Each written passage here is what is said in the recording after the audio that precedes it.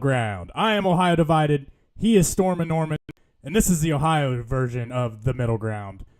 Got a lot to talk about tonight. Ohio State, number 3, Ohio State welcomes in number 1, Texas. There's a lot of parity that goes into this game. A lot of guys leaving. Texas has a weak offensive line. Ohio State supposedly doesn't have any players that can replace them.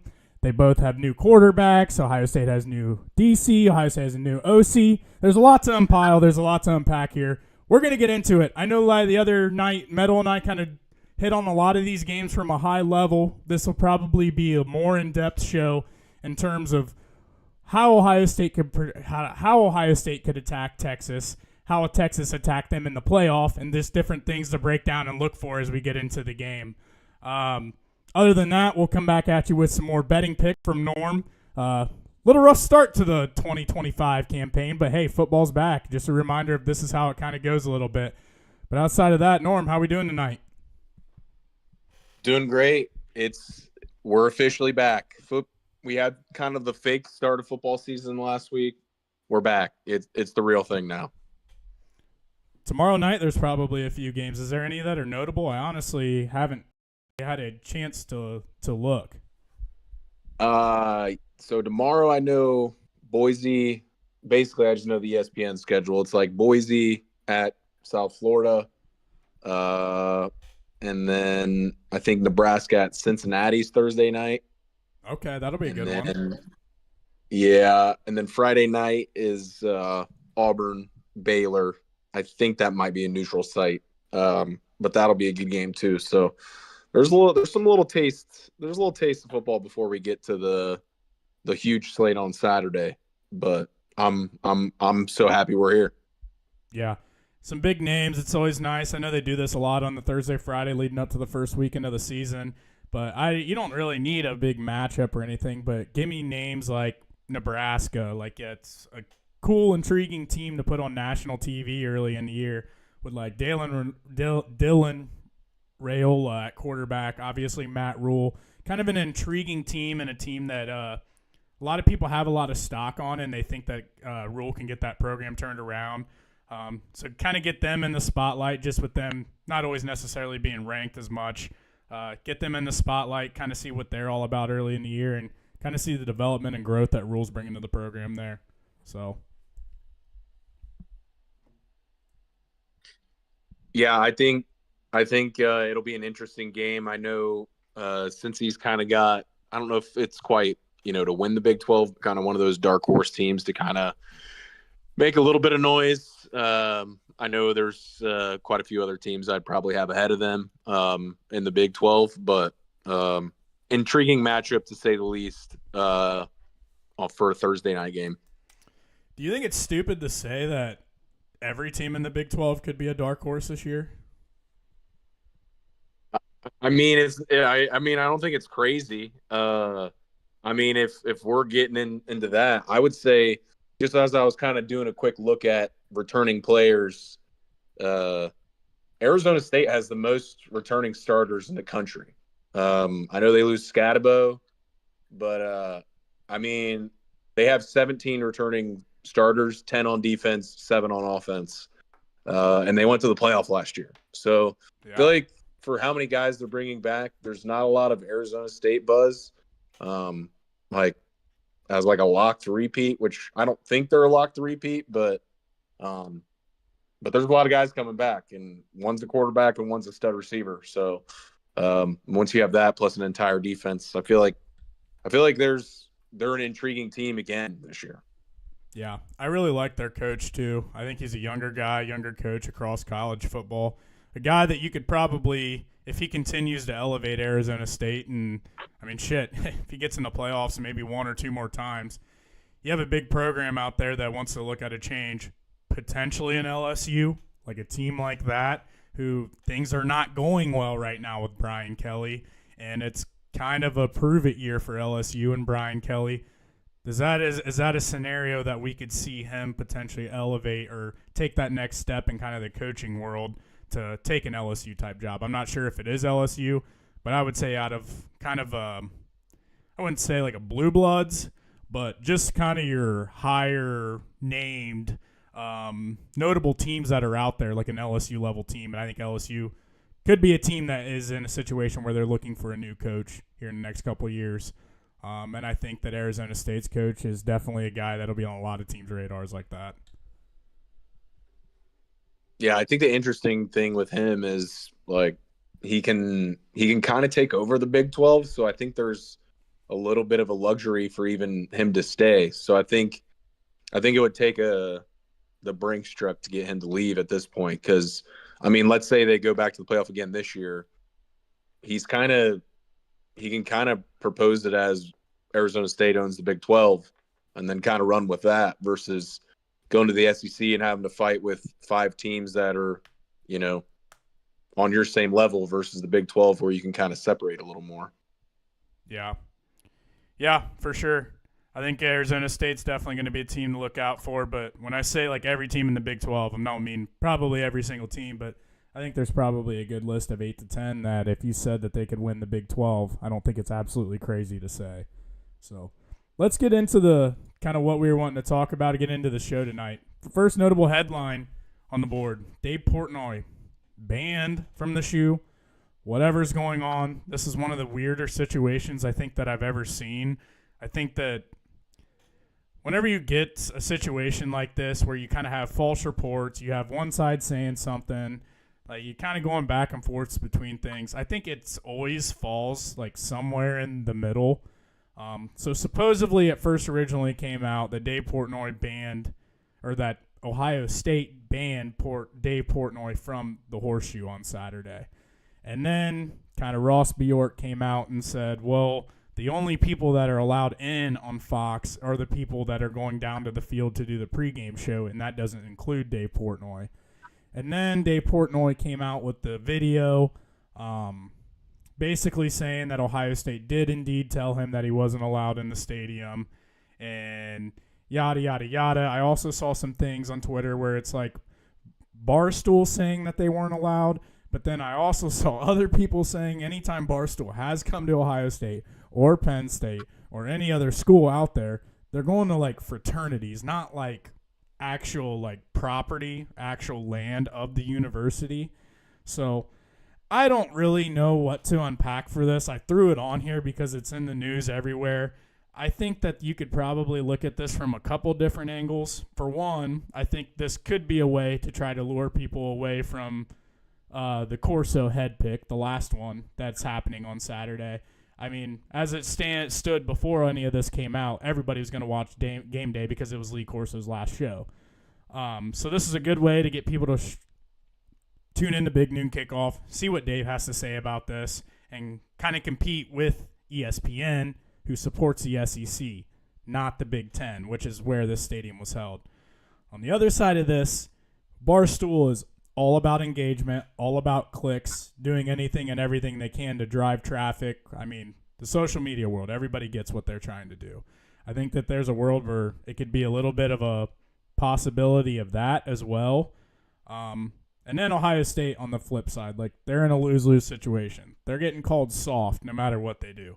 If they let him into the stadium, people are going to be like, you're soft. Why the fuck are you just letting this Michigan guy who continuously shits on your school, continuously shits on your team, your coach, why are you letting him into the stadium?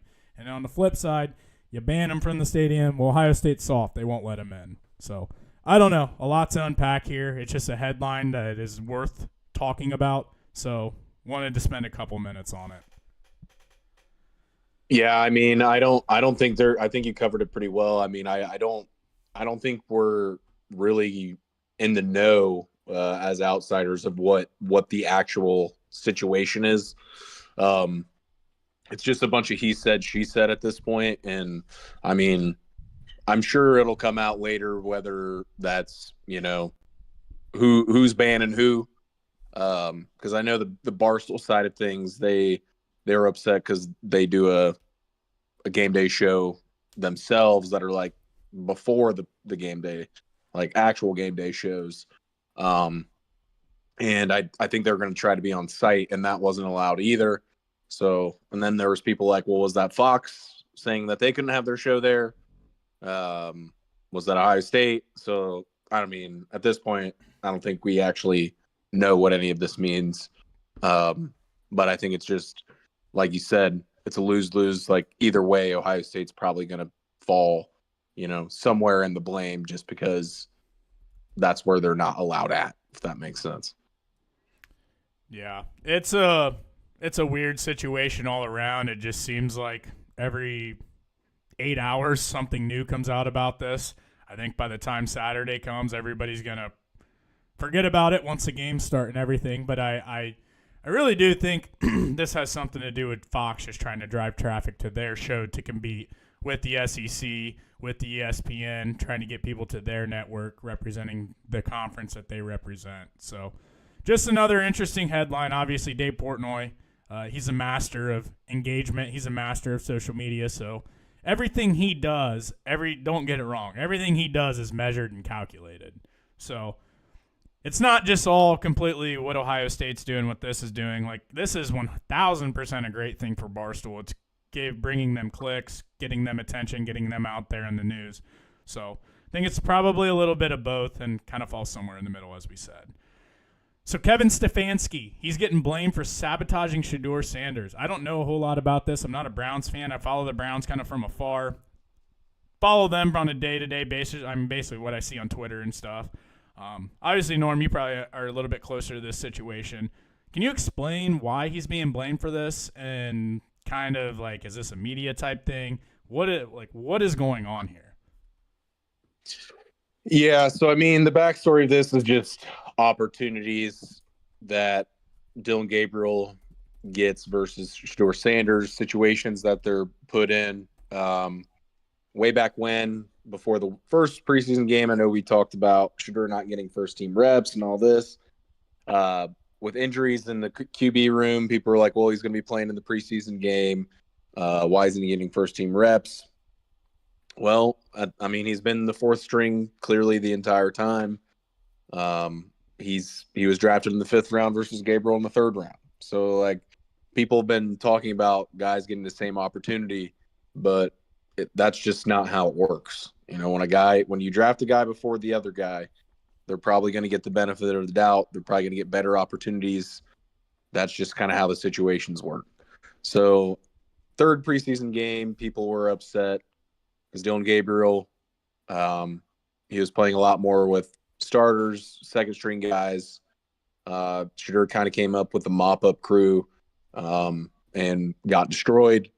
He did a lot of the bad things he did in college, holding on to the ball. I think he took 5 sacks. So inevitably, people were like, oh, the Browns are continually putting Shedeur in bad situations so that he fails, which at the end of the day, why would any team sabotage their own players? It doesn't make any sense. It doesn't make any sense. So at the end of the day, it's just people – I think it stems from a place where people think Shedeur Sanders is a lot better player than what he actually is. I also think people are overreacting to, both preseason games. I mean, he played super well in the first preseason game, got me fired up. He played super bad in the second one. Doesn't really change my thoughts. I still think he's an interesting guy to have on the team moving forward. But I think the same can be said for Dylan Gabriel. So, I mean, I think it's just one of those things people need to pump the brakes on the whole, Browns situation that they have going on with the quarterbacks. Sneaking Kenny Pickett, they basically put a 5th-round pick on layaway to have Kenny Pickett. They trade for 5th-round pick, which is what they traded for to get Kenny Pickett, that plus DTR. So essentially, they traded a 5th-round pick for Kenny Pickett, and now they traded Kenny Pickett for a 5th-round pick. So pretty good, honestly. I mean, for a guy that was not your starting quarterback, you didn't care to have him as your backup. You basically get your 5th-rounder back. And it's from the Raiders versus the 5th round this year was with the Lions, so they're actually probably going to move up in the 5th in the 2026 compared to 2025 draft. So a lot going on in the Browns QB room. One less quarterback to join the drama, but there's still 3 there, or I guess still 4. If I've seen some Deshaun workout videos of him throwing a ball. So I don't know what he's trying to do, but hopefully staying away from the team. But yeah, a lot there. Yeah, I think the other part of this is we've talked about it before. Like, you throw Shedeur Sanders into a headline or any kind of article, any content you're putting out, it's automatically going to get clicks. And another thing that I had talked to you about the other day is I did not realize that Cleveland's media is as toxic as what it is. Like, from the question that they asked Myles Garrett the other day about some stupid question about his speeding ticket to like just like this type of shit, just trying to pump this into the headlines. It's just like I was shocked. I couldn't believe how toxic like Cleveland media is, but it sounds like it's been this way for a while. It's the whole factory of sadness. They love. It's just like there's they're more used clicks to on like things. They're just used to like everything sucking. So anything good, they just have to find a way to like portray it as being ass. Yeah, I mean they would prefer to write about suck than good. That's what they've done. That's what they know. And the old guard is like that. They love to talk shit about the Browns. It's kind of how it's been since they've been back. That's just what it is. The Cleveland media itself is as much to blame as the organization is for just how they're portrayed. The Browns, like the organization in the past, had done plenty of work itself, but the media always spins things to get fans in a frenzy. With running coaches out of town, quarterbacks out of town. Yeah. And if there's one thing we know about successful organizations, it's generally like the status quo isn't always bad. Keeping coaches in there, quarterbacks in there. Have we had coaches and quarterbacks that we should have kept? Maybe not, but either way, continuity generally is helpful for an organization as a whole. So, yeah. And that's one thing the Browns haven't had. And, organizations plenty to blame for that, but the media has been influential as well. And that's something that a lot of people don't really realize. Yeah, continuity seems pretty common sense and something that you definitely need. But yeah, it's just weird how they kind of just drive these negative narratives out there and just try to. I mean, I get what they're doing. They're doing their jobs, trying to get people to read their shit, engage with their shit, watch their shit. I mean, that's the name of their game. That's the business they're in. But it's just kind of wild the approach that they take. On to the Cincinnati Reds. They're done. It's over with. The 2025 season is officially over. Currently, right now, down 4-1 to the Dodgers. I think in the 7th inning. This will be the first sweep that they have had the entire season. And here we are again. Like, I feel like it just, any time over the course of the past 10, 15 years, it hasn't been that many times. Don't count the COVID year. That doesn't count. Anytime they've had any kind of competitive team, it just seems like once this team hits August, gets closer into September, like they just don't have enough to get over that edge. I mean, you look at like a week ago, you're sitting half a game back. I know you're out on a tough road trip, only taking 1 of 3 against the D-backs. You're probably going to get swept by the Dodgers the way it's looking. And currently, you're at 3.5 games back of the Mets. I don't know what they did tonight. I don't even know if they had a. Yeah, I guess they would have had a game tonight. So I mean, they're at least going to be 3.5 games back, if not more, by the end of this. But it's just like typical Reds, man. Like just basically our entire lives. Like it's just any kind of competitive team that they have, they either have found a couple ways that I can count on one hand to get into the playoffs, or in another sense, the times that I can also count on one hand because they've had so many dog shit seasons over the course of the past 20 years. Like they just get into this stretch, this part of the year where it's time to really turn it on, and they just don't have enough to basically get over that hump.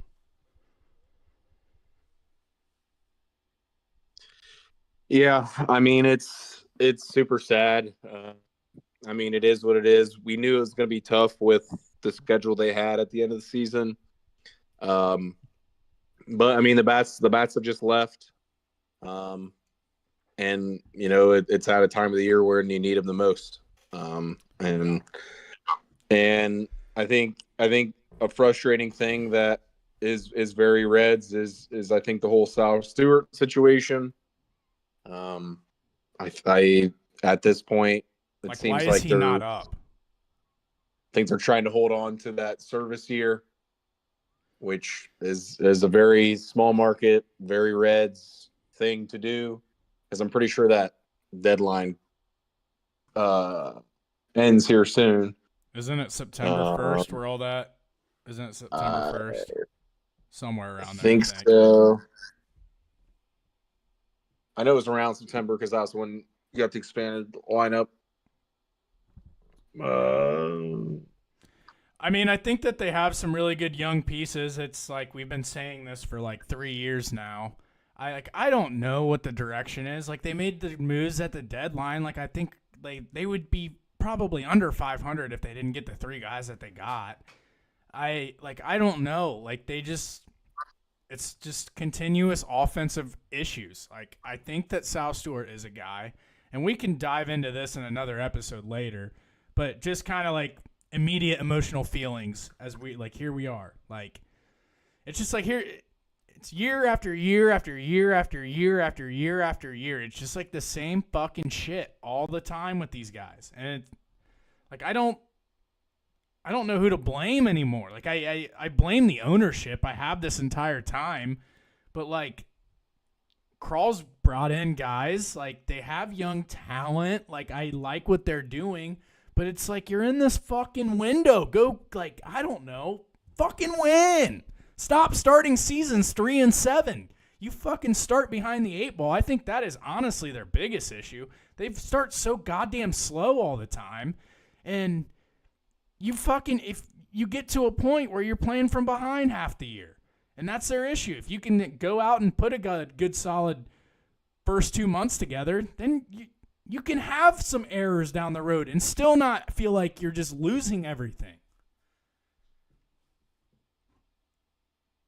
yeah, I think it's one of those things it's the downside of them being young in MLB years. Like, because the thing is like Hunter Green was rock solid to start the year. We talked last week about McLean being hot to start, and Ellie being hot to start, and then there's like the specific players were hot, but then they weren't winning games, and then we hit the middle of the season, and we're getting lulls from a lot of different players. And I think obviously baseball is such a sport that's so up and down like that, but there hasn't been enough consistency from enough players. And I think that's the bottom line. Because I mean, I know Ellie's been slumping a little bit recently, but I mean, I would still consider him as a consistent player this year. Friedel I'd consider as a consistent player this year. Marte I'd consider as a consistent player this year. When you look at the bats, I'm not sure there's anyone else that we could say has been consistent the entire season. Yeah. And then the last thing I want to hit on before this, they're trying out Noelvi Marte in center field. I know that they say like he has even faster sprint speed than like Ellie even does, but like I just have never seen him as a center fielder. I can see him out in right field. He's had struggles. He was out in center last night and had a really bad play where he clearly just did not judge the ball at all and it went over his head. But I think there's a possibility where you could see him being a competent right fielder at some point. I think center fielder, like, speed matters, but having the natural ability to be able to read balls off the bat matters more. Like, earlier in the year, people were bitching about TJ Friedel's sprint speed and all this shit. And I'm like, what the fuck does it matter? The dude tracks down every single fly ball in the outfield because he's just that good at reading balls off the bat. And like, it's one of those things you can't really teach. Like, I feel like it's just something that you kind of just gain as you grow up playing the game of baseball, like just that natural ability to read balls off the bat. I think it's really hard to just stick a guy out there, especially against the best hitters in the world, and just turn it on and start doing it. I didn't really necessarily like throwing him out there on Tito's half. Like, why are you throwing him out there and you're in the middle of a playoff push? Like, this is something you work on in the off season during spring training and things like that. But I don't like the experiment, to be completely honest. I think keep him in right field. Don't put too much on him. He's already going from the infield out to the outfield. I just didn't really understand putting him in the lineup, putting him in that tough spot, and basically asking him to figure it out on the fly when you're in the middle of a playoff run.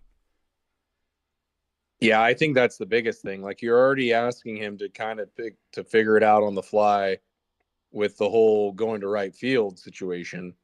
So then you're like, well, play center where you have to cover more space. And I know there's I know there's been talk that I've seen before that quote unquote, like, center field is like quote unquote easier for certain things, but at the end of the day, you still have to cover more space in center field.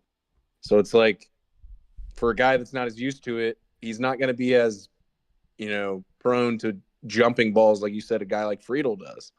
So it's like, even if a guy has the ability to play center field, it just throwing him into the fire like that is wild. Like, right field, you can hide things like that a little bit more because there's less space they have to cover. But I thought it was wild too. I thought you made a good point about that. That's an off-season thing. Like, whether you think he can play center or not, like, that's got to be. He had to have been playing some in spring training or somewhere before, like, because at the end of the day, it just seems like it's like, well, he's been doing okay and right, let's just throw him in center. Okay, but he hasn't been great. Like, he's misjudged a number of balls. Like, I just don't see how he's performed in right field and be like, oh, now's a good time to try him out in center. Yeah, I mean, I totally agree. I mean, it's a wild thing to do in my mind. Like, it just feels like it just didn't feel like there was urgency for the playoffs when you're doing something like that. Like, little moves like that are just like, do we care to make the playoffs? Serious? Are we serious about this? Yeah. Like, from top down, like, because the thing is like, they made trades. They added to places where they needed help. Yeah. And then things like this happen. You're like, okay, well, maybe that can just be thrown out. Like, at the end of the day, I think it's summed up as easy as what you said about it's just what the Reds kind of do. Like, and this year they didn't benefit from having their division being, as good as it's been. So I think it hurts a little bit more. But I mean, at the end of the day, if they end around 500, they weren't going to make the playoffs anyway. So right. Just the life of being a Reds fan. It's just another year, and yet here we are. So transitioning over to the Browns and the Bengals real quick. First off, on the Browns, we're going to talk a little bit about the quarterback situation. Norm went into it a little bit more. Obviously, the Kenny Pickett trade, I was a little surprised by that, but I understand it. I understand you have Joe Flacco. You got two other young quarterbacks behind him. Basically, go back and get your fifth-round pick back. I like looking at it from that lens. But yeah, what do you guys say about the Browns quarterback room or anything else on the Browns in general? Yeah, no, I mean, I think I covered a lot of things that I wanted to talk about. I mean, I think the main thing with the Pickett thing that I could even expand on more is, like, the Browns basically traded all of their late picks in the 2025 draft, kind of alluding to, we don't really see it as a deep draft where we want our picks back there. And we'll take a luxury pick like Shadur Sanders in the 5th because we don't really see other, guys, really standing out enough where we're going to try to acquire them. So they basically moved the whole Kenny Pickett thing to move the 5th this year to turn into a 5th next year, which they seem to be loading up more on picks for next year. Which is, partly because they, aren't likely going to be good this year, and secondly, just because I think they like the class depth. I would imagine a little more. There's a lot of quarterbacks. I think when there's a lot of quarterbacks at the top, I think it just naturally makes other guys, fall more, and just allows for a little bit more flexibility for teams that don't need a quarterback, and they may need a quarterback. So they kind of have both sides of the coin on that, but it'll be interesting to see. I'm really interested to see some of the quarterbacks, that have been getting hyped up going into the offseason or going into the preseason for college football. It'll be interesting to see guys like, Lenore Sellers and Mendoza from Indiana. Some of the guys that haven't been talked about as much. Seeing how they look in comparison to the main guys that have been talked about for a while now, like the Nussmeyers and Klubniks and Arch Mannings. So I think there's a lot to talk about 6 weeks from now with the Browns when we're looking at how Flacco's been doing. Maybe Gabriel's gotten time. I think there's going to be a continuous QB battle with Gabriel and Sanders. That's going to kind of be interesting in its own way. So I think that situation is going to continually be one. Yeah, I banged this drum from day one with the Browns. Is like whenever they had the number 2 pick I think they had, and they traded back this past year, I was like, this is not your year to take a quarterback. Like, this is not the year to spend that pick on a quarterback. Sit here and try to figure whoever the hell out at it. Like, you knew it was either going to be probably Shedeur or nobody else. Like, I think it was pretty obvious Cam Ward was going to go number 1. But you probably sit there and you have the distractions with Shedeur. You get 3 to 4 years in, and there's a chance you could be right back in the same spot. Obviously, there's a chance with that with any guy that you take, but I think that there's just better NFL talent that's going to be in this upcoming draft. I think if you can get through one more season of sucking dick so you can get a high draft pick while keeping that defense intact, if you always have that defense and then bring a competent rookie quarterback in who is a guy that you can kind of build around for the next 10 years or so, I think this is a draft to do it. I've always thought that the last few months or so. I think the Browns are in the right direction. They're obviously in kind of like this bridge year. Maybe they decide, maybe they like what they see out of Dylan Gabriel, Shedeur Sanders, and they can spend their pick elsewhere next year. But if you're really looking for one of those guys in the league, like you talk about like the Burrows, the Allens, the Mahomes, the Herberts, like the big names that are out there, like you almost got to find those level of guys in the top 5, top 10 of the draft. And I think that I don't know if any of these guys in college now could be that. I really have no idea at all. It's way too early to predict. It's way too early to get into that type of stuff. But I think your chances are higher this year than what it was last year in this draft. No doubt. So the Bengals, they've made some noise the past couple of days, some positive noise. And I will go out on the record and say I have to give them credit. I am typically very vocal about Mike Brown and Katie Blackburn and just the ways that they go about business. But they have, I got to give them credit for the last few days. So they got Trey Hendrickson done. I don't know if it was ideally what you were exactly looking for. It was basically just a raise for, I think he went from like $16 million this year to $30 million for a 1-year deal. I know that there's some red flags out there in regards to his age with him being over 30 years old. I think that the Bengals fall into this a little too much. They did the same thing with Andrew Whitworth, got a little bit scared of his age. Well, then he went on to play another really good 5 years and win a Super Bowl with the Los Angeles Rams. I think Trey Hendrickson is just a guy that he's no bullshit. He's going to show up every day and work his ass off. And he's had 16, 17 sacks the last 2 years. And it's like, okay, well, let's look. If he does fall off, if he falls to 14 sacks, I'm still taking that. If he falls to 12 sacks in the year after that, I'm still taking that. Like, I don't think you really needed to get him under a real long deal, obviously due to his age. But, I mean, nonetheless, you're going in. We're not focused into the future. Right now, we are focused on the 2025 season. He's on the team. He's your best defensive player. He's been the NFL sack leader the last 2 years. You had to get it done. Props to you. You got it done. On the flip side of that, they also signed Dalton Risner today at right guard, a huge, massive spot that showed struggles through preseason. They filled that spot. He was one of the highest rated PFF graded true pass set offensive linemen last year in the NFL. So a really good pickup, a huge area of need. I think this is the best offensive line Burrow's ever had.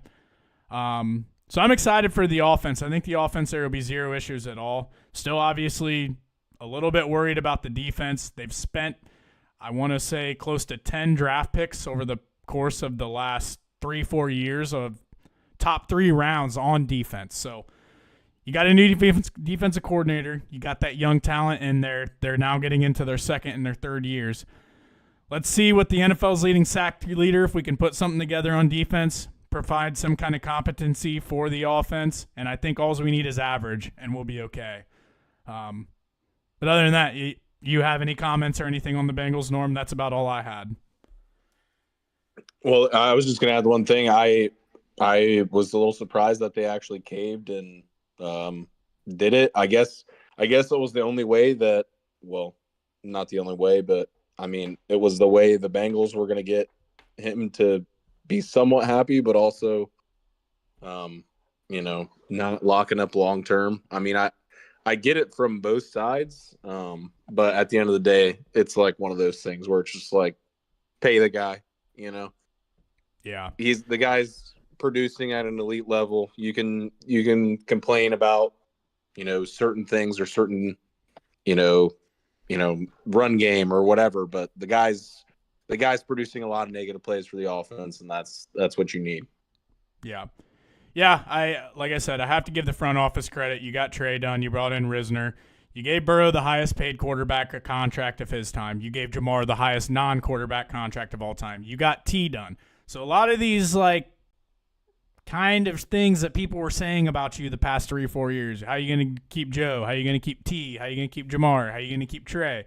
It's like, all right, you guys kind of have gone out here and done this. I didn't really expect it, to be completely honest, but I'm glad you guys are kind of realizing the opportunity that you have in front of you a little bit. I think that for them to go out and get a lot of those guys done, they're spending the cash. There's no short of money that they're holding on to at any point at this point in time. But you have to give them props. This is exactly what everybody was saying that they wouldn't do, and now they're doing it, which is positive to see, at least from my perspective as a fan. All right, on to the Ohio State Buckeyes. Number 1 Texas travels to Columbus to take on number 3 Ohio State. Ohio State opens the game at a 2.5-point favorite. 47.5 is the over-under. We will get to the picks later, Norm, so don't worry about giving your pick here. But Ohio State's minus 120 on the money line. Texas is plus 110. So we got a shit ton of notes here that we want to talk about and get through. I don't know which way we want to go, Norm. I don't know where we want to start. We want to start with what they have, what both sides have returning. We did a pretty big deep dive into this, so we'll probably spend a good amount of time kind of talking about this, the game as a whole, both sides, and just what we all think we can expect from the game. I think first thing is just kind of setting the stage. Who's we just played this game not too long ago. We'll talk about a little bit about how that went down, but I think just starting off with who's back for both teams. So I mean, I'll just jump right into that. On the Ohio State side, obviously Smith and Carnell Tate are kind of 2 big guys coming back. Multiple guys on the offensive line. Defense, I'd say the 3 main guys and the 3 starters that would be coming back: Styles, Igmanosin, Downs. So 6 starters on offense, 3 starters on defense back. Texas is the opposite. They've got 3 starters on offense back, 6 on defense. Wisner running back, 1 offensive lineman and a receiver. Defense, 3 backers and 3 secondary guys. So a lot of turnover in general. I mean, for 2 teams that made the playoff. So that also doesn't include Arch Manning, who had played a little bit last year. So I wouldn't exactly call him a returning starter since, he never really started, but played here and there. So he has a little bit of a leg up on experience, as Sayin does. But and then when we're looking at the coaching staffs, Ohio State has a new OC on offense, or a new OC and a new DC. Texas, both of their coordinators are both 5 years in with Sark. So a little bit of an advantage That's on. big. That's big. Yep. So big coaching advantage from that side of things. Just from a continuity side of stuff. And then just looking at, ads for both teams. We've talked on the Ohio State side a little bit, but just kind of in comparison in the portal rankings, Texas was 23, Ohio State was 24. So both of these teams pretty close in terms of guys they're bringing in, guys are losing. I want to comment on that real quick. I think, transfer portal ratings for schools like Texas and Ohio State don't matter near as much as, schools like Texas Tech. We see Texas Tech going to the portal because they typically suck, and they found money to kind of throw around and bring some kids in. Where Texas and Ohio State recruit out of high school at such an elite level that most times when they're going to the transfer portal, it's just to fill a spot here or a spot there. They're not going in trying to flip any kind of roster. So I don't put a lot of weight into where they were ranked, but I think there is something there. Is they kind of have their talent in terms of how their roster is constructed pretty similar to each other, and that's kind of, you find them ranked pretty similar to each other or pretty close to each other in the rankings there. But it's not like either team are going out to really turn over a roster by any means. Yeah, I think I'm more so pointing it out to say both teams made ads, that were impactful in comparison to the country, but neither team, is turning over the whole roster, like you were saying in the transfer portal. I think the biggest thing, that we were looking at with Texas is pretty much their entire interior defensive line was added in the transfer portal. Yeah. Yep. Well, even 5 of their top 6 guys. Hero Canoe went there. I don't know if he's going to start, but they also got a guy from Penn State and a guy from Syracuse, I believe, that also went there. But yeah, I think that's an area that they've lost. They've been elite at that spot for the last couple of years. You had Murphy that went to the Seahawks. What was it, 2 years ago? I think it was. They've always been elite at that spot, but I think with an experienced offensive line that Ohio State has, that is an area of opportunity that you don't really know what you're going to get. It could be an area that you can exploit in the run game as you get further into the game. But I think that's definitely a question mark that you can hang on Texas. Yeah, I think the thing is it's what's difficult when you're having a matchup comparison when it's Ohio State versus Texas, because talent is always going to be there. So it's more so about, are these guys going to mesh their first weeks? That's more of the question, more so than are these guys talented? Because if we're looking at just the transfer portal, if we're looking at just stars here, they added 3 of those D tackles were 4-star guys. And then the others were 3. But so, it's just clear that they had a huge hole there. They addressed majorly in the transfer portal. So it's just an interesting, thing to look at where, 5 of their top 6 guys on the depth chart at this point are coming from the transfer portal. So an interesting place where, Ohio State could potentially, be looking at, to kind of attack, last year. I think it's relevant to look at last year's game. I know there's a lot of, turnover in terms of coaches and players. But at the end of the day, both teams are coached by the same guys. The schemes, although the coaches are different for Ohio State, I don't think the schemes are going to be crazy different.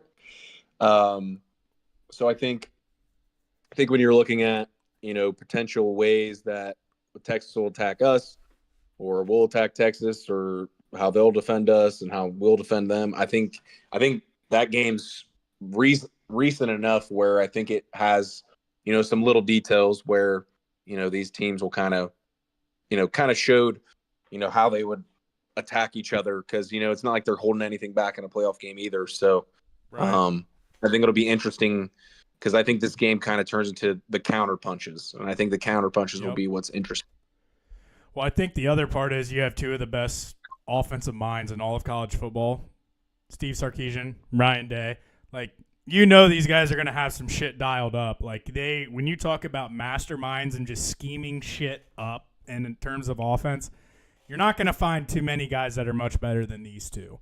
So I think that's 100% true. I mean, from Ohio State's perspective, Texas shut Jeremiah Smith the fuck down last year. I mean, the dude had one catch for 3 yards. Whenever they were in man, they were kind of had a bracket coverage over top of him. And then whenever they were in any kind of zone coverage, they rolled the zone towards his way to basically have another guy over top of him from that perspective. So it'll be interesting to see. I would imagine, like, why would you, if you're Texas, why would you change your game plan? Why would you do anything different than what you did last year? Because it clearly worked. And I mean, Texas had every opportunity, had just as much of a chance to win that game as Ohio State. Ohio State just had the big play right before half that was huge, and then obviously the Jack Sawyer play that we remember. Other than that, Texas had every right to win that game as well. So you were right there to win that game and go to the national championship. You shut down number 4. You're going in with that same game plan. But on the flip side of that, Ryan Day and Brian Hartline are saying, hey, like, we got to keep number 4 involved. We can't have another game. We're not winning this game with a first-year quarterback if number 4 is only having one catch. So it'll be interesting to see what Brian Hartline and Ryan Day dials up to get Jeremiah involved. But I think that is an absolute must. You will not win this game if he goes and only has one catch for 3 yards again. Yeah. I mean, and I think that's where it'll be interesting to see, that counterpunch from Ohio State. Because, if they're bracketing Jeremiah, I feel like that's going to open the middle of the field up. So I think that's where it brings, guys like Claire and Ennis, those guys will be more interesting. And then is that counterpunch going to be enough where Jeremiah starts, getting a little more space where he can get more open and make a bigger impact?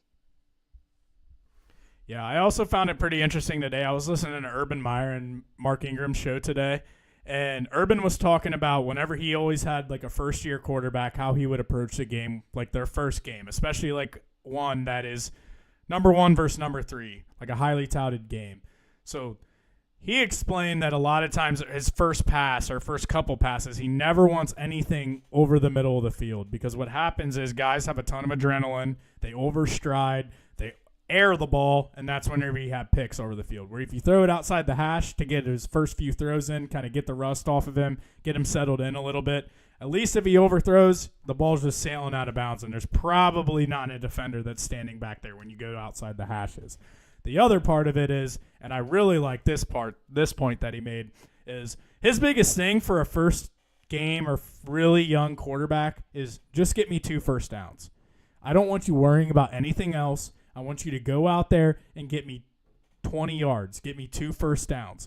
And what that does is typically, unless you're basically backed up inside the 5, obviously, what that does is that at least you flip the field at that point, is how he explained it. So you're either around midfield, pretty close to midfield, where if you don't continue the drive, you just back them up and make their offense have to go the whole field. I thought that was extremely important going into this game, where you have a really experienced Texas defense where we're not coming out here expecting you to put 35 points up the board. We might only need 24 to win this game. But if you can win the field position, if you can move the chains enough to own that field position battle and not make that backbreaking mistake, I think that is a formula or a path to success for Ohio State and ultimately coming out on top in this. Yeah, I think those different layers, like I think it's interesting to think of it from the Texas side of things too. Because when you're looking into last year, their yards per carry was about 2 yards per carry. They weren't getting a lot of action, between the tackles. But something that we both noticed was they were utilizing the running backs of the passing game quite a bit throughout. It was something I pointed out. I was like, on one guy. Yeah. So and the thing is like it takes advantage too of, a guy like Sonny is very downhill, and in man, it's harder to be downhill, because they're coming at you. So I think it'll be interesting to see how much the running backs are utilized in the pass game. Obviously, Wisner's back; he was a part of that. But I think Baxter and Gibson are both interesting guys to be able.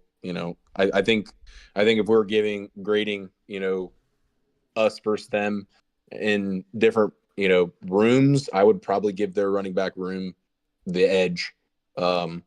It's deeper, probably more highly touted, and I just think they have three very solid guys with Wisner, Baxter, and Gibson that I think if they can utilize and find ways to kind of open it up in that pass game enough where Ohio State has to start kind of spreading out with them, where maybe that run game comes back. I think that's an interesting wrinkle that they probably could have even exposed a little bit more. Running backs in that game caught 11 passes. I wouldn't say it would be more, but I think maybe more impactful running back routes where where the running back is either a primary route or is some type of route that's going deep to try to take advantage of linebacker one-on-ones. Yeah, and I think that really goes to show what we were saying earlier, just in Sark's ability to scheme shit up. Like, he saw Sonny Styles struggle mightily guarding their running backs last year. I mean, they completed multiple passes. That was one of their 2 touchdowns, was scoring on man-to-man. Sonny Styles has a responsibility. The running back, he leaks out the backside. Sonny Styles is not great in coverage. I think you're going to 100% see some sort of approach again like that. I think that you're going to see Sark try to get one-on-one matchups like that once again, because I think he knows that Ohio State has a lot of the talent on the edges where our corners can run with their wide receivers. I think that is an area that they're going to try to exploit. And I would imagine, just as Ohio State, you're going through self-evaluation. Like, how do we get ourselves to not be in a situation where we have a linebacker guarding a twitchy, fast running back? That just sets us up for failure. So, yeah, I think that's definitely going to be an area of focus for both sides. For one, how do we get matched up on Ohio State's linebackers? And then for Ohio State, how do we avoid getting into those scenarios? And I think another really big piece of this is it sounds like what Ohio State's been trying to do is not have Caleb Downs play safety and have Jalen McClain and then Malik Hartford take the safety spot and then move Caleb Downs over to that nickel role where he can kind of move around, change things up. I mean, they literally called the guy a coach on the field. I think that could be a potential scenario where, hey, Caleb, like, we're going to move you around. We want you to take responsibility of getting guys in certain spots. This is where they attacked us last year. If we are in a certain coverage or we are in some sort of a form-based defense and you see that, get us into a spot to be successful where we're not having a linebacker be matched up on a running back. And I think that could be definitely a game changer or kind of an X factor for Ohio State's defense that they didn't have last year because they had Jordan Hancock in that nickel role, not Caleb Downs. Yeah, I think that's what's interesting with Downs is just his ultimate flexibility in general. And I think it'll depend a lot on what Ohio State's plan will be, whether it's a majority of man, majority of zone. I would imagine that I feel like it's probably going to be a lot of man, just with Texas's personnel versus ours. I feel like our secondary can kind of take advantage of. I know there's not a lot of like experience in terms of guys that were starters and playing a lot of snaps, but I feel like it's a good enough group to be able to, kind of see as a win when, I know Texas has some, like highly recruited guys that are going to be playing, but not a lot of guys that have made a major impact yet. And I think any time that you're facing a quarterback that's I know Arch hasn't a lot of time, but he's already the presumptive number one pick in a lot of people's minds. And a part of that's like a guy like him takes advantage of easy throws. So I think a lot of times that's kind of force us to play man because especially early to not let him get in a rhythm and a flow in game one and just continually hound the receivers and make throws difficult. Yeah. So I'd imagine that will be that'll be the game plan. I think that could include a lot of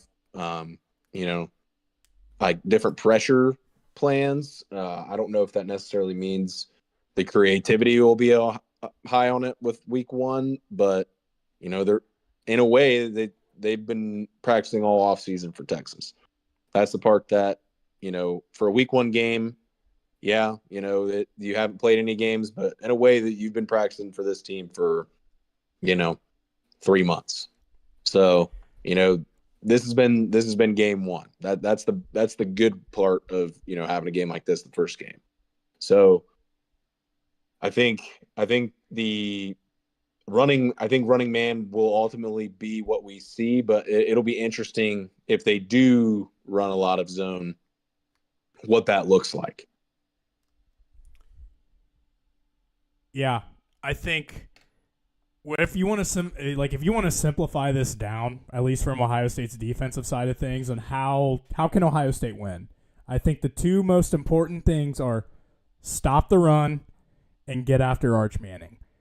What you know is that they have a young quarterback and 4 new offensive linemen. Make his life hell.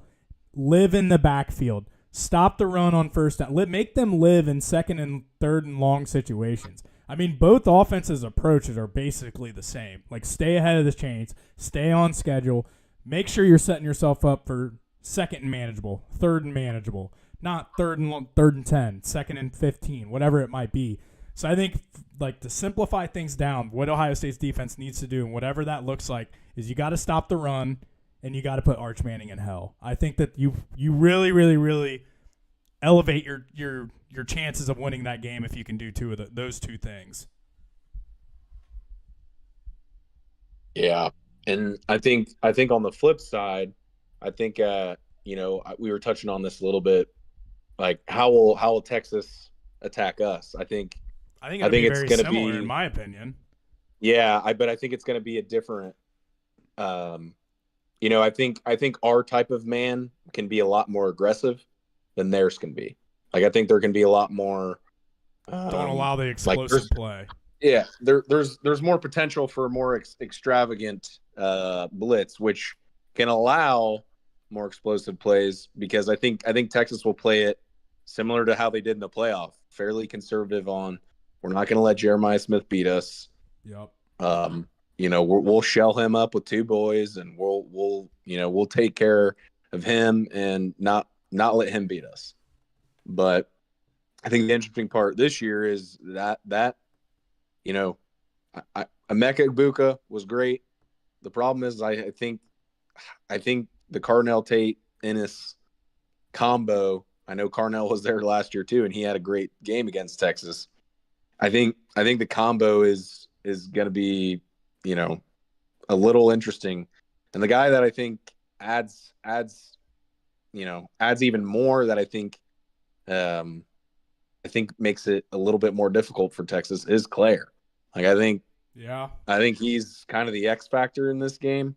It was a dimension Ohio State did not have last year. Yeah. I mean, G. Scott, he made a play here and there, but I feel like Claire's a weapon. He is not Max Claire, yes. Max Claire is a weapon and a guy you have to prepare for. G. Scott wasn't. It was just like, oh, fuck, he might leak out the backside and hit us for a 20-yard gain, but you probably won't hear his name the rest of the game. Right. So, yeah, I think that it's 100% from Ohio State's offensive side of things. Is like you said, like, they're not going to allow the explosive play. They're not going to allow probably the deep shot over the top. So if any of you are out there are banking on a 70-yard bomb to Jeremiah Smith, I would say your chances of that happening are extremely low. They're just simply not going to let it happen. And you had said this earlier. Like, I think the middle of that field is going to be money time for Ennis and Claire. Like, that is going to be where they can attack. So if you're looking at putting any kind of prop bets or anything on this, whether it's Ennis's catches, Claire's yards, Claire's catches, Claire's, or whatever you want to do, I think anything that involves those two in terms of catches or yards, I think will be a really good bet. It's going to be something that's easy. A lot of times a young quarterback wants to throw right over the middle, shorter throws, easier throws for them to see and develop. And just on the flip side of Julian Sayin, I really liked what I saw out of him in the spring game. I think that he is a very on schedule, on time quarterback where when he takes his drop and he hits that back leg, the ball's being delivered. You don't see him hit that back leg, hitch, hold on to it, and then throw it. He reminds me a little bit of Burrow in a sense where you will very rarely ever see Burrow not throwing the ball whenever he's hitting his back leg. And I think that's just the sign of a really smart quarterback that understands what he's seeing.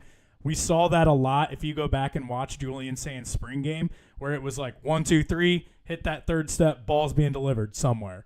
I think that that's going to be even more important on Saturday with Colin Simmons and the Texas pass rush that they're going to be having come off the edge. But I think that's the success that you're going to have to see Julian Sayin. He's got to get the ball out quick. He's got to attack the middle of that field just due to how Texas will probably play it and really just continue to move the chains, get first downs, and avoid that disastrous decision or that disastrous turnover. Yeah, I think it's interesting because I feel like both teams will, kind of like you were saying before, I think they're going to attack each other similarly.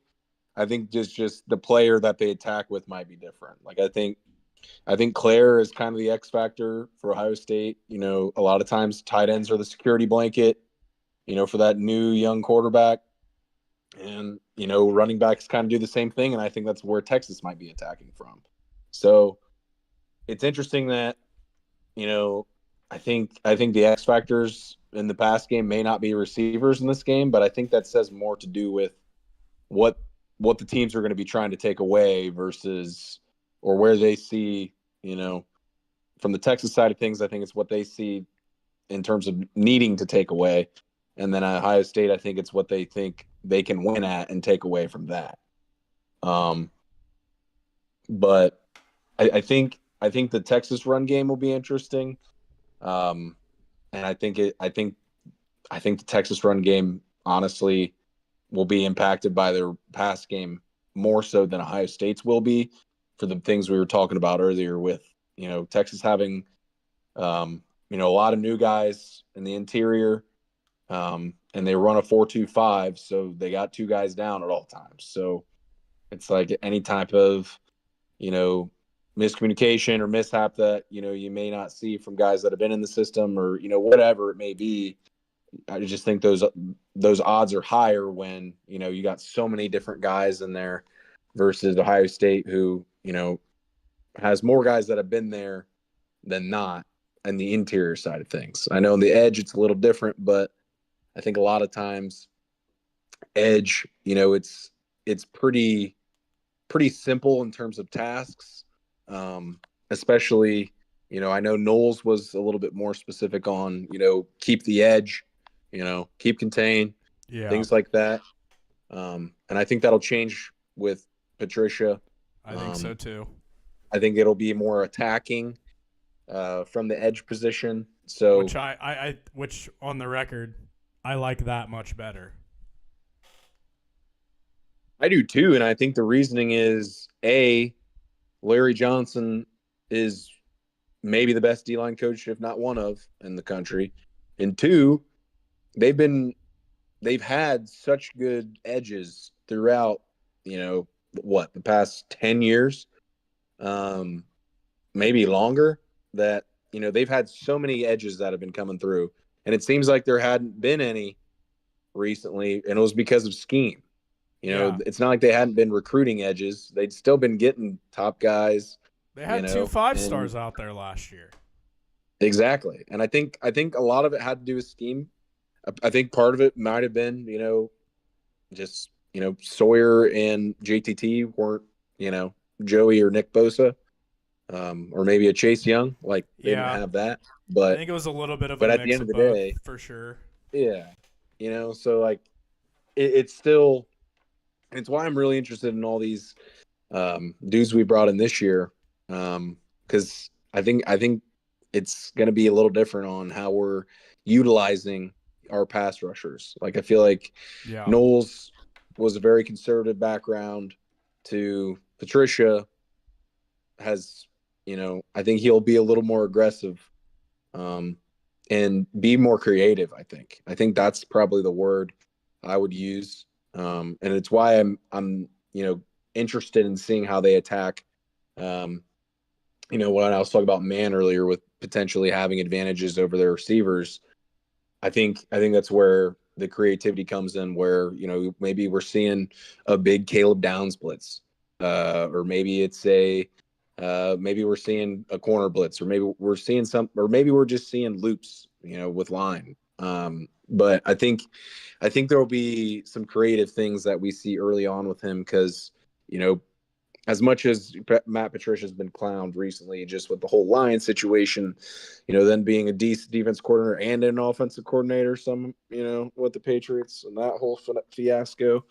Um, I think at the end of the day, he's a good football mind, and Yeah. he's taken the Ohio State job because for him, you know, as much as Ohio State isn't exactly the chillest job, it's much easier to coach college defenses with Ohio State caliber talent Yeah, than it you got is 5-star NFL guys defenses. everywhere. Like Yeah, and the thing he's is, got the not best everybody talent does. in the country that he can basically do whatever the hell he wants to. That's why I'm like, for the guys that are out there worried about Matt Patricia, do not be worried about Matt Patricia. All you have heard is everybody talk about how knowledgeable the guy is just about football and defense in and of itself. Like, I am not worried about Matt Patricia at all. He will make sure that he gets these guys in the best spots to be successful. He's got 4-star, high 5-star guys that he's working with here. Like, this is a clear talent gap that he's going to have in 90% of their games that they're going to play. Obviously, against Texas, that's an equal talented matchup, but he's going to be more talented than most of the teams that he plays, and I think he's going to put together a really good defense. I did want to note, like on you mentioned the Jim Knowles approach. I kind of think that was part of the whole falling out and what ultimately really was the beginning of the end of him leaving to go to Penn State.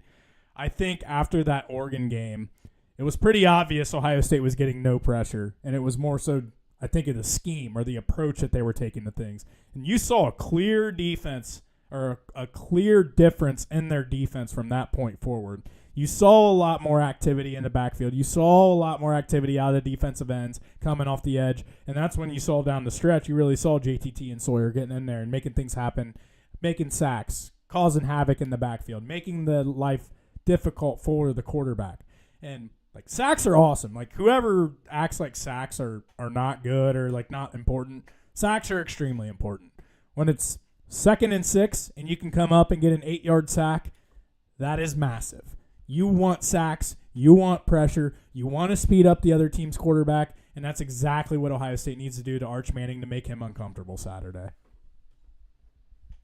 Yeah, I mean, that's what I was just gonna add. I was like, it's not even just sacks; it's just speeding up the other team. Like, whether that's a pressure, whether that's just being in their mind, because the pressures don't always account for quarterback rushes throw, because he sees blitz, or quarterback rushes throw because someone want a pass rush. Like, I think there's a lot of different variables that don't necessarily get covered statistically, with a defense that's wreaking havoc. And I think this defense is just as primed to do a lot of what last year's defense did, in terms of wreaking a lot of havoc. Because I mean, we look back at last year, there was a lot of havoc caused by the defense, and and at the end of the day, not just sacks, tackles for loss, with whether that's blowing up a screen, or just your normal tackle the running back in the backfield. And I think the winner of this game is going to be the team that limits that. Like, I think the teams are going to be so close that I think it's really going to come down to your prototypical football speak of staying on schedule, whether that's not having penalties, whether that's not turning the ball over, whether that's not having, Not getting major sacked. loss of yards. Yeah, things like that. I think when it's games like this, it's clear, and especially in a game like Week 1 where we're not even fully sure how we want to attack offense or defense with enough new faces that I was talking about earlier. That I think it makes the game really come down to it simplifies what you need to do to win, and I think at the end of the day, it's going to come down to those three things: penalties, turnovers, and I'll call it havoc, whether that's the defense causing it or the offense. Yep, I'm right there with you. So before we move on to our gambling segment, I want to ask you two questions. What is one thing you are worried about with Texas? Whether it's offense, defense, whatever it might be. What is one thing you are most worried about with Texas? I think for me, I think it's we've been talking about the offensive line and how we are excited for the offensive line, but we've talked about it. I'm a stars guy, and I feel like when I look at Texas, I see the stars on defense. Colin Simmons, beast. Anthony Hill, beast. And then we talked about all these interior linemen they brought in. I mean, a lot of these guys were highly touted transfers. So I mean, if they come together and or big beef in the middle, we might be having some problems. And also Texas brought back a lot of their secondary as well. So I mean, they have the guys they have returning. They've got some studs returning plus just guys in the secondary. So I think their defense is going to be very good, and I think with that coupled with our offense having a lot of new guys and new faces and major positions, because at the end of the day, I think the game's probably going to come down to who's making plays, because whether that's Simmons with a sack or whether it's Peoples with a 20-yard run. I think those are sort of things that are going to truly separate, the two teams, because it's not going to be far. I don't think this is going to be a high scoring game at all. And I think, the offense that can, or even maybe a defense that can create a turnover that hands points or maybe creates points with itself. And I think Texas has, more havoc coming at the passer, for sure, with guys like Simmons and Hill. That I think those two guys are probably the guys I'm worried about the most.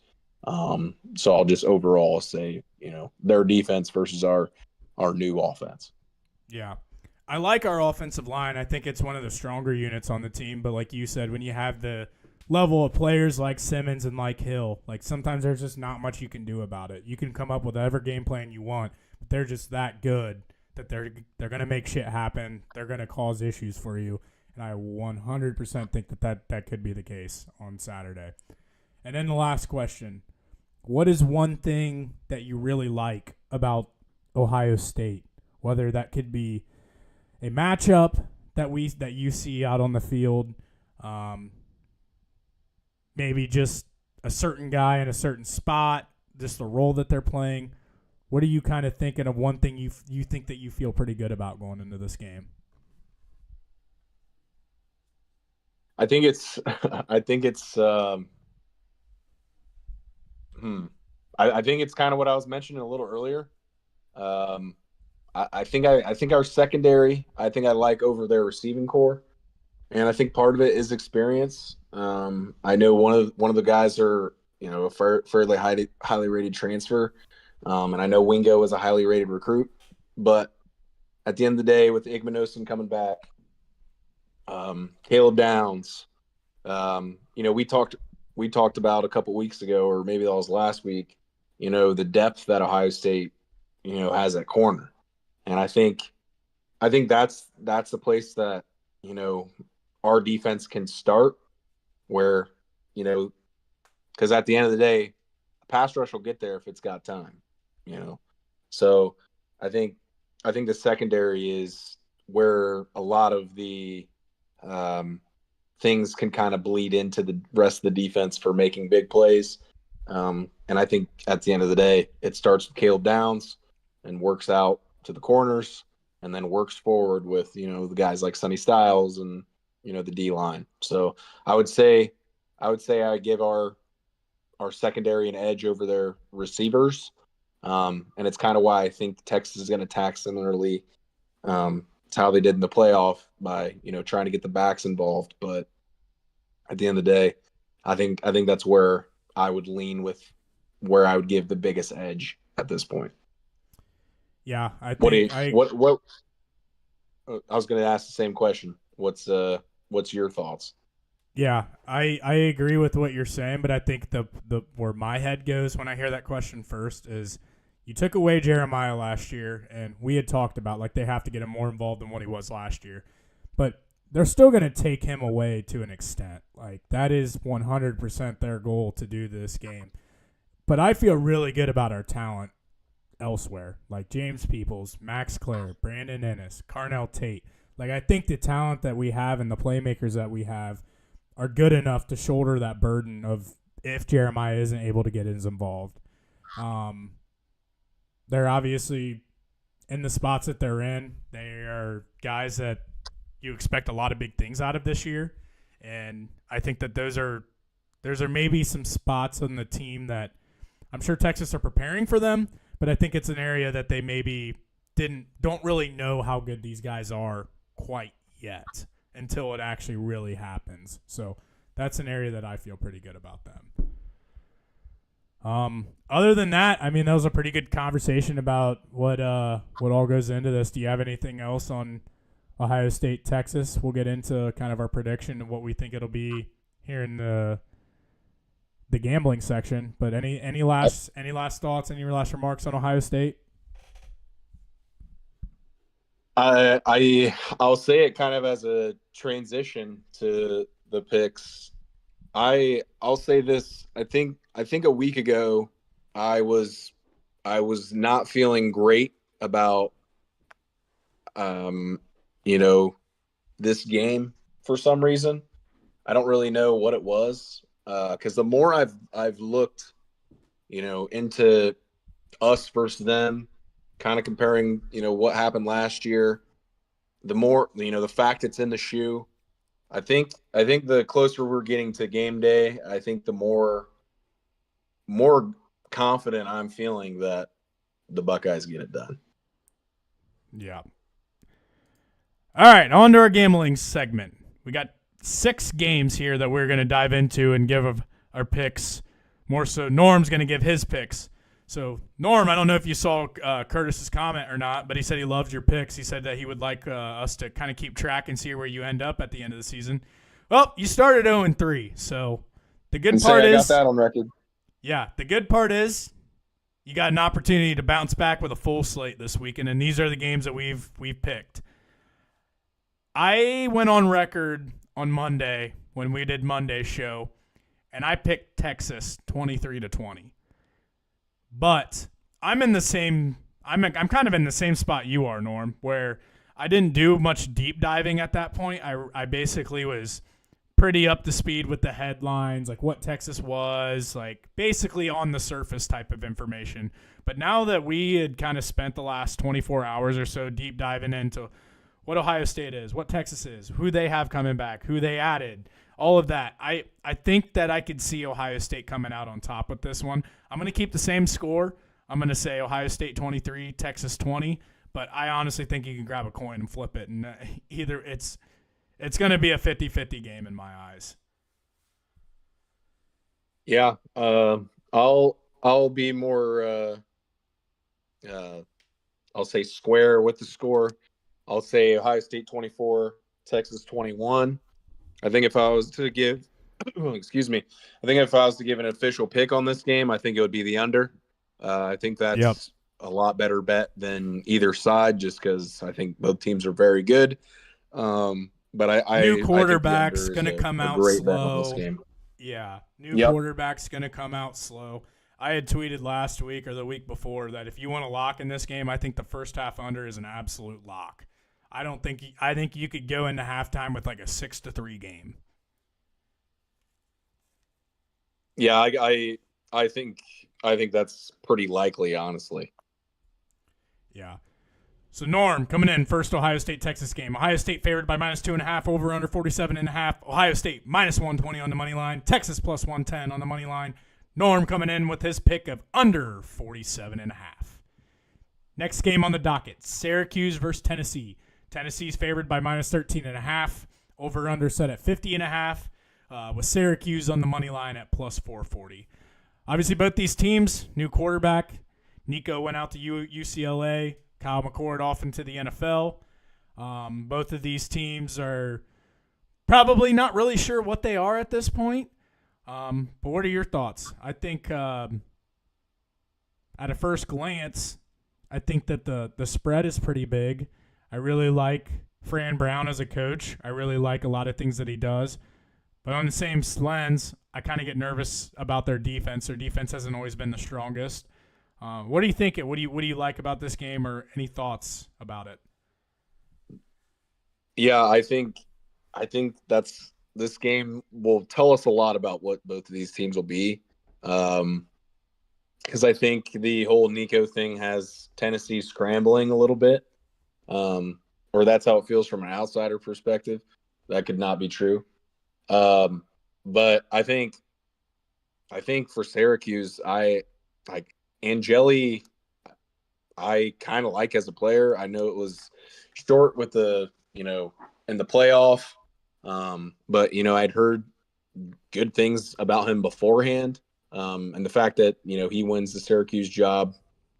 I feel like Syracuse is going to be a sneaky team in the ACC. I don't think they win the ACC by any means. We'll get to that team here shortly. But I feel like it's one of those things. This feels like it's a week one. Game's going to be close. So this one I'm going give me Syracuse plus the points. Yep, that's exactly where I'm at as well. I just don't know enough about this Tennessee team or the quarterback that they're going to field out there, and that's a pretty big spread. So I'm right there with you with the plus 13.5.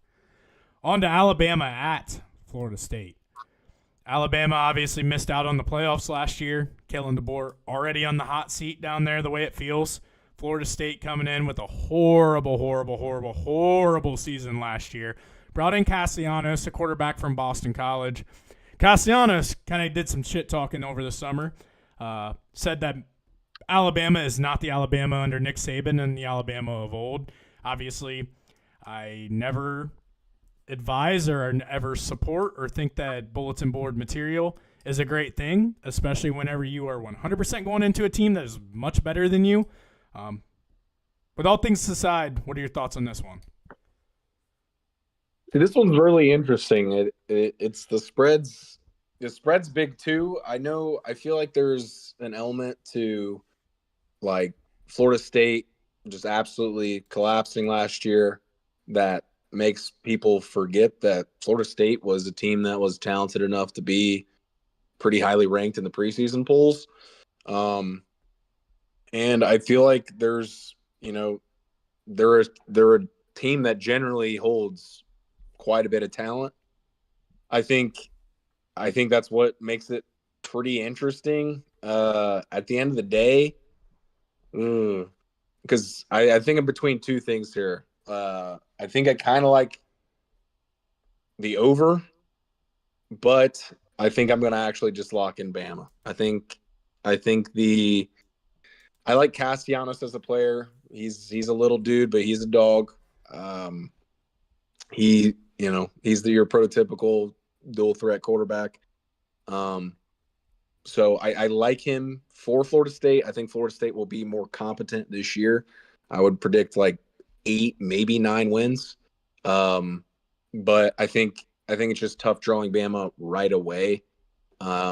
Which Bama, is coming off a pretty disappointing end of the season where they got clapped by Michigan, similarly to how Ohio State did. But but yeah, so I'll lock in Bama. Um, Give me Bama. Yep, I'm right there with you. It's two things for me. For one, the headlines. I don't think that you want to put in on paper or out in the headlines, bulletin board material that this team that you were going to play, who has historically been far better than you, at least over the course of the past 20 years especially, you never want to come in and say that they're not the same team that they once were. They still have a lot of really good players, a lot of really good talent on that roster, and anytime you give a team like that extra motivation, it's never going to end up in your favor. The second thing, Ty Simpson. I think Jalen Miller was a good quarterback, but I think in a sense he kind of held some things back when it came to their passing game. He just wasn't a very accurate passer. He could throw a deep ball, but I don't think that he was a guy that could process the defense very well, couldn't deliver and make accurate passes. I think that you're going to see a better version of an Alabama passing attack with Ty Simpson under center. I think you see Ryan Williams, obviously, get him a little bit more involved. So I agree. I think I'm going to take Bama for those two reasons. I think better offense and don't give a good team with a lot of talent bulletin board material. On to the fourth game. I think number 9, LSU, taking on number 4, traveling to number 4, Clemson. Clemson comes into this one at -3.5. Over-under set at 57.5. Clemson is -160 on the money line. LSU is +155 on the money line. And this would probably be the one game that you could argue, this and probably the Notre Dame-Miami game, of the three, one of the best or the best game of the weekend. So what are your thoughts on this one on the surface? I think this game's going to have more firepower than the Ohio State Texas, so maybe more entertaining for the viewer, normal viewer. Yeah. But I think this one is going to come down to, I mentioned returning players.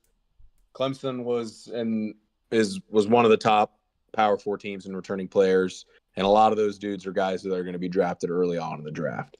I say this to also say I think Clemson, for betting purposes, would be my pick based on odds.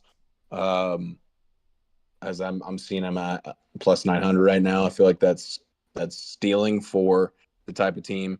I just think with the way Clemson had been going recently, I feel like people just forget that Clemson has won multiple national championships under Dabo with similar types of teams. A lot of those teams that were winning national championships, we think about the Deshaun Watsons and the Trevor Lawrences, but those teams generally had great defensive lines and good DBs, and that's what this team's bringing. A lot of those guys on the D line are guys that are probably going to be drafted in the first round.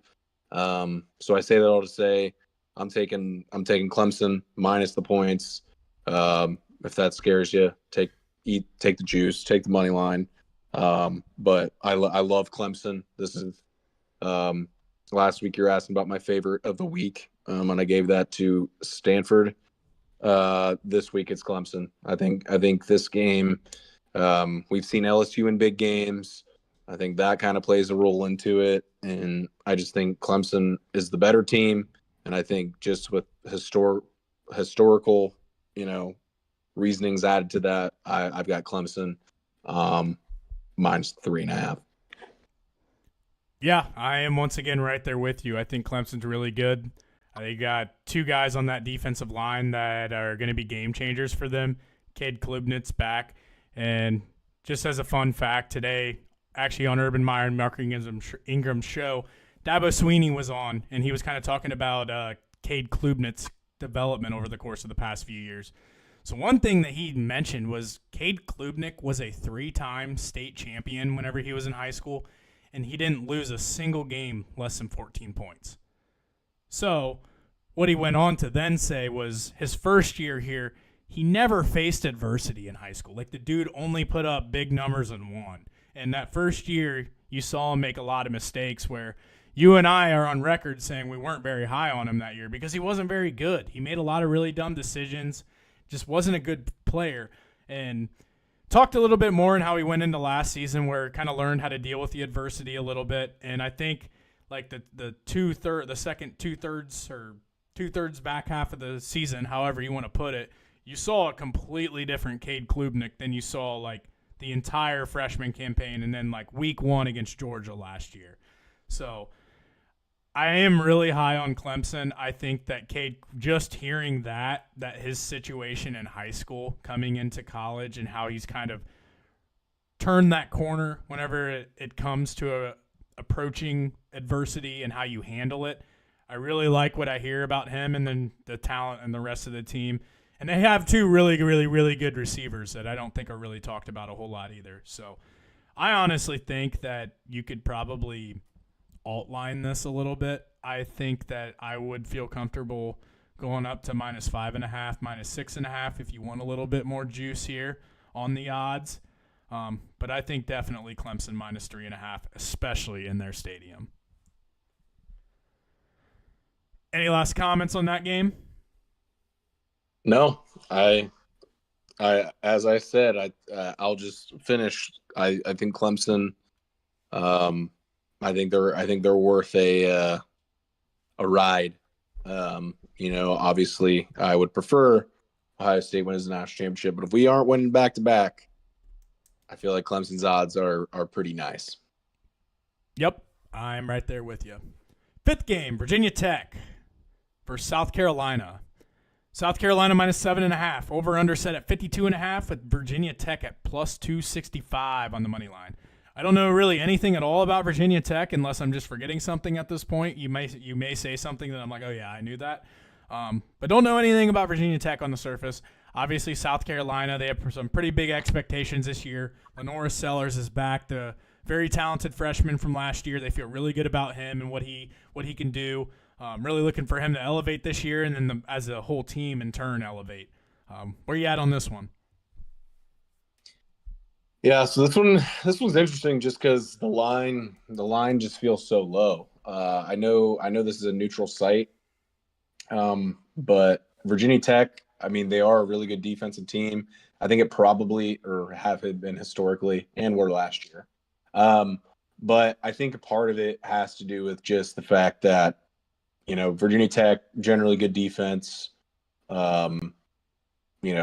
And it being week 1 with South Carolina, who isn't returning as many guys as I thought when I was doing my return lookup.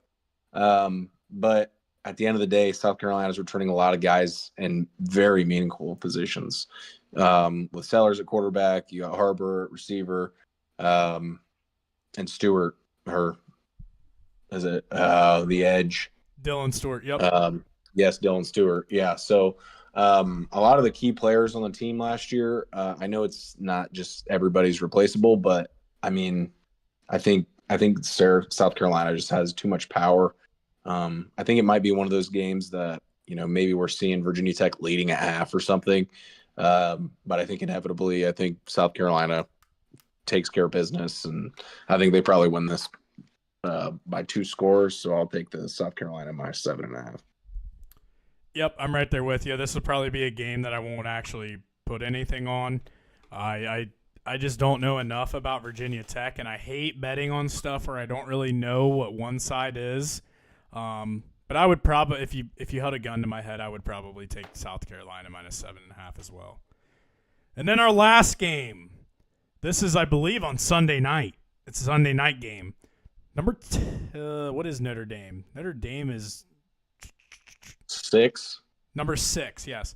Number 6, Notre Dame at number 10, Miami. Notre Dame favored by -2.5. Over/under set at 49.5. Notre Dame is -130 on the money line. Miami is +120 on the money line. Notre Dame has a lot back. New quarterback in C.J. Carr as a quarterback over there in South Bend. Jeremiah Love obviously back. They got a lot of key pieces that were on last year's national championship run back on defense. Lost Xavier Watts at safety. Lost Howard Cross at D tackle. But other than that, I think that they're pretty well shored up in all the other spots on defense. Miami, obviously, you have Carson Beck that's coming in, Cam Ward that went out, guys like Xavier Restrepo that also went out. So I'm not really sure what to expect from Miami. I just don't know. I don't know if we're getting 2023 Carson Beck version or we're getting 2024 Carson Beck version. I think that that massively changes my opinion on things with this game. But where are you at? What do you think on this one? And for that reason, I think this is why this one's a keep it simple game. This is up there with Clemson in terms of thoughts. Like, I think this will just simply take Notre Dame money line. I think they're an insanely well coached team. They're going to have a great defense, and Carson Beck has seemed very lost in the good defenses he had played recently. And I don't foresee Miami having the offensive lines that Georgia did early on in Beck's time. So I think this one's a keep it simple. And this is probably my second favorite of the week. It being a standalone game only kind of makes me like Notre Dame more. I feel like there's a lot on Carson Beck's plate here. Your first game, in what seems like forever, is going to be against Notre Dame, the national champion runner-up. So that's a lot. And I feel like he hasn't been dealing with the pressure great over the past year. So give me Notre Dame. I think for me that's an easy choice. Yep, I'm once again right there with you. I'm really high on Notre Dame, not just in this one, but for the rest of the season. I think Marcus Freeman is a phenomenal coach. He's going to have a really disciplined team. I think the way he structures his team makes it easy to be successful year over year through changes on your roster.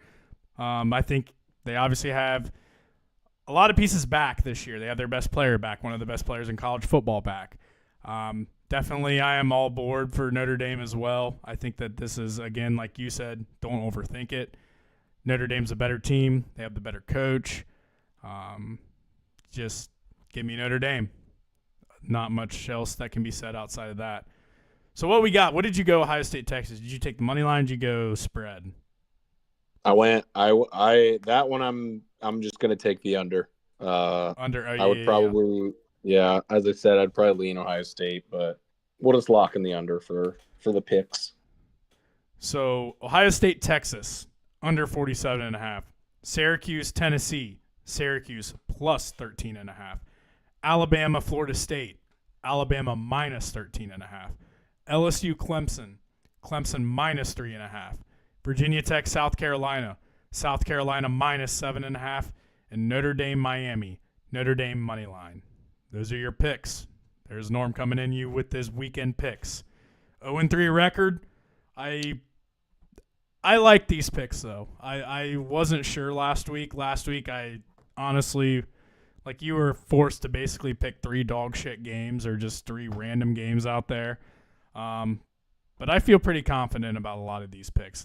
You were going through and making them, and I was already in the kind of the back of my head, like, yeah, that's exactly what I would have taken too. So, any other news, any other games or topics or anything you want to hit on, and just week 1, college football, gambling side of things, anything that stuck out to you that you wanted to talk about? No, man, I'm just excited we're back. We're gonna have plenty to watch this week. I mean, I think that was the bad part of last week was like I'm yelling at Stanford to just run the ball. This week we won't have to worry about that. We're going to be watching Clemson, LSU. We're going to be watching, Notre Dame, Miami. We're going to be watching some great teams play. We won't have to be, watching Hawaii, Stanford. Yeah, for sure. Well, this is another good episode. If you come on out to Hondo's Garage, it should be an absolute ass disaster on Saturday. Watch the Ohio State Texas game. He'll have the garage opened up, and feel free to come on out and have a couple beers. Other than that, that's all we got for this episode. Go Bucks. Hopefully they can find a way to come out on top. But outside of that, everybody have a good evening. Please like, subscribe, retweet,